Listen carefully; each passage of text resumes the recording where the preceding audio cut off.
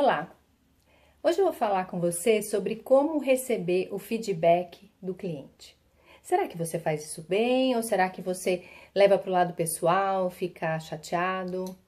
Lembra quando eu falei sobre como construir relacionamentos de valor?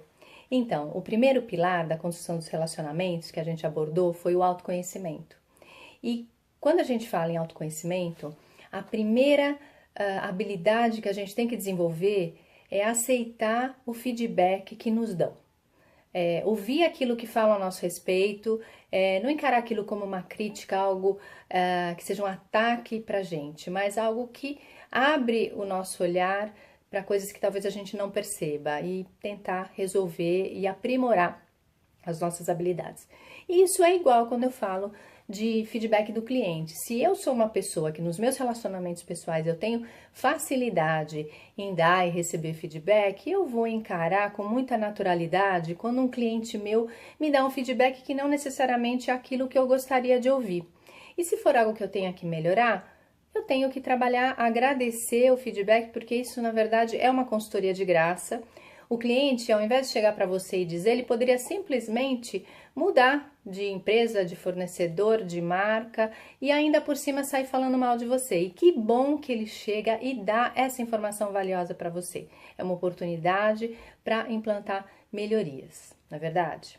E não adianta a gente dizer que a coisa está certa ou errada. Lembre sempre que cada cliente, ele usa uma lente.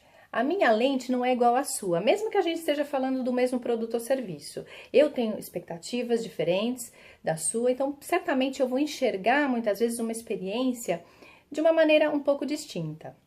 Só que eu vou compartilhar com vocês para ilustrar essa questão de feedback, saber usar, saber receber de forma adequada, com base numa experiência que eu tive no domingo passado. Pois é, gente, foi num restaurante de bairro, uma cantina italiana pequena, perto da casa da família do meu marido, e é um local aqui na capital que nós já fomos algumas vezes com eles, bastante agradável, comida boa, e quando nós vamos lá, as poucas vezes que nós fomos lá com eles, eu gosto de trazer alguma massinha aqui para casa para fazer ao longo da semana, porque eles também têm uma parte de rotisserie. E foi o que eu tentei fazer domingo passado.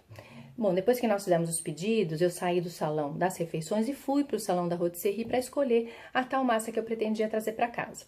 Aí, quando eu estava observando os produtos que ele tinha disponíveis para venda, eu me dei conta, quando eu olhava os rótulos, porque eu sou super atenta olhando o rótulo, e especialmente relacionado a prazo de validade para comida, e eu olhei e percebi que uma das massas que eu gostaria de trazer, ela estava com prazo de validade expirado já em quase 2 meses, gente. Não era pouca coisa, quase 2 meses.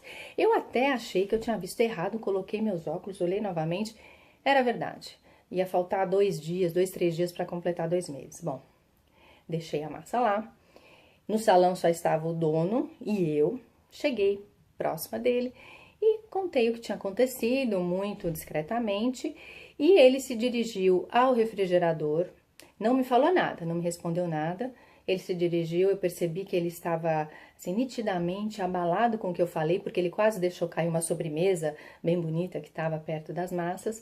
Ele pegou aquela caixa, ele não olhou as demais, só pegou aquela que eu falei, foi embora, acho que foi descartar. Depois, quando ele voltou, estava muito sisudo, não falou comigo e ficou com aquele semblante bem contrariado por todo o tempo depois que a gente esteve no restaurante.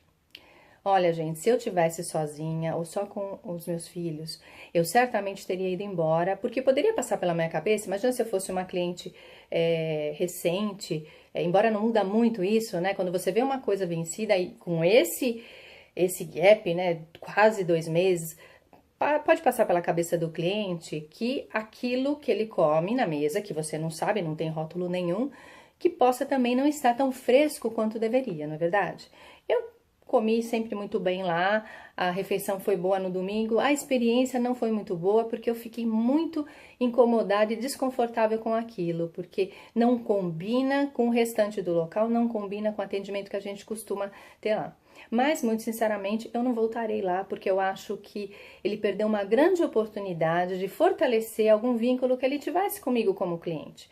Porque relacionamento, gente, não é só com aquele cliente que você frequentemente encontra no teu estabelecimento.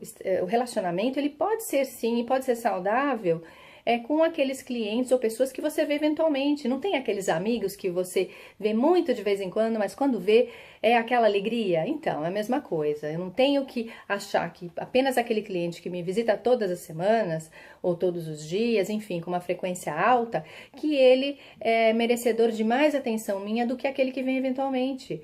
Porque eu desconheço aquela pessoa, o poder que ela possa ter de atrair mais clientes para mim e mais importante do que tudo, né, gente? É um cliente, é uma outra pessoa, merece respeito e consideração. Então, pessoal, estejam atentos, sempre exercitem o seu direito de consumidor e com cuidado com a sua família, porque a gente está falando de produto vencido. Neste caso, gente, não é a questão da minha lente. Eu não estou falando sobre uma percepção da experiência, mas um fato. E contra fato, né? Como diz aquele ditado, contra fato não há argumentos. Então é isso que eu queria compartilhar com vocês, gente. Estejam sempre abertos para receber feedback, seja do teu cliente, seja dos teus amigos, familiares, porque sempre vem uma coisa bacana. No mínimo, mesmo que tenha um viés, assim, que não é bem aquilo, alguma coisa te faz pensar e te faz melhorar.